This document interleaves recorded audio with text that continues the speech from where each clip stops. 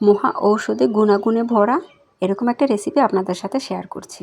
এই রেসিপিটার গুণাগুণ জানলে কখনো এগুলো ফেলে দিবেন না। যেভাবেই হোক না কেন খাওয়ার চেষ্টা করব আমরা।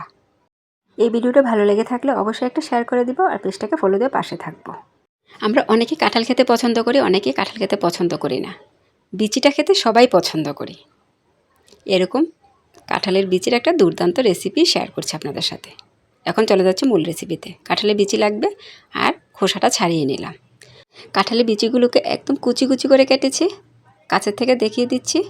এভাবে কুচি কুচি করলে লাল খোসাটা ফালানোর দরকার নাই। একটা কড়াই বসিয়ে দিলাম, পরিমতো পেঁয়াজ কুচি দিয়েছি আর তেল দিয়েছি।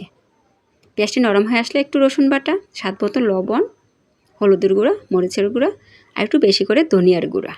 আপনারা চাইলে জিরার গুঁড়া দিতে পারেন, আমি এখানে জিরার গুঁড়া ব্যবহার করে নিই। আমি এগুলো রান্না করব শীতল দিয়ে। ভালোভাবে ধুয়ে পরিষ্কার করে 2টা পুঁটি শুটকির শীতল দিয়েছি। আপনারা চাইলে যে কোনো শীতল ব্যবহার করতে পারেন, এমনকি এখানে শুটকিও দিতে পারেন। আবার শুটকি, শীতল এইসব কিছু না দিয়েও খালি খালি ভাজিটা করতে পারেন, একদম আলু ভাজির মতো। মশলাটা কষানো হয়ে গেছে। এখন কুচিয়ে রাখা বিচিগুলো দিয়ে দিলাম। আমরা যে ধুয়ে দিয়েছি এই পানিটাই যথেষ্ট, আর প্রয়োজন হলে একটু পানি দিতে পারেন। আমি সামান্য একটু পানি দিয়ে ঢেকে দিয়েছি। আর কোনো পানি ব্যবহার করতে হবে না, আস্তে আস্তে নেড়ে চেড়ে ভাজিটা করে নিতে হবে।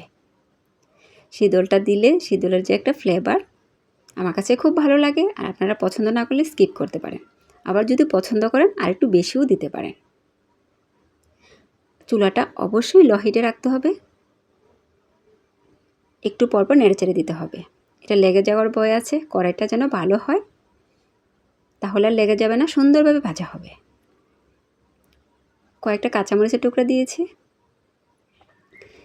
এই ভাজিটা একটু ঝাল ঝাল হলে খেতে ভালো লাগে। এই কাঁঠালের বিচি চুল পড়া রোধ করে, হজম শক্তি বাড়ায়, রক্তের স্বল্পতা দূর করে, ত্বকের রোগ সারায়, মানসিক চাপ দূর করে, বলিরেখা দূর করে, দৃষ্টিশক্তি বাড়ায়, আর প্রচুর পরিমাণে ভিটামিন এ আছে। আপনারা ইউটিউবে সার্চে দেখবেন শরীরের জন্য কতটা উপকার এই কাঁঠালের বিচি। আমরা যে যেভাবে খাই না কেন, ভর্তা, রান্না করে, ভাজি করে, একভাবে খেলেই হলো, এতটাই উপকার। এখন আর আমরা কাঁঠালের বিচি ফেলে দিব না। আর কম বেশি সবারই কাঁঠালের বিচি পছন্দ। ভাজিটা প্রায় হয়ে আসছে, একদম সিদ্ধ হয়ে গেছে। এই বিচি ভাজিটা এতটাই মজার, লবণ দেখতে দেখতে মনে হয় যে নিজেই পুরোটা খেয়ে ফেলবেন। আর অন্যদের তো কোনো কথাই নেই। গরম ভাতের সাথে খেতে অসাধারণ। অবশ্যই ট্রাই করে দেখবেন। আবারও বলছি, আমার এই রেসিপিটা একটা শেয়ার করে দিবেন, অন্যদের দেখার সুযোগ করে দিবেন।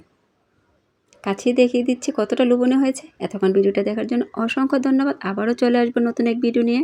সবাই ভালো থাকবেন। আল্লাহ হাফেজ।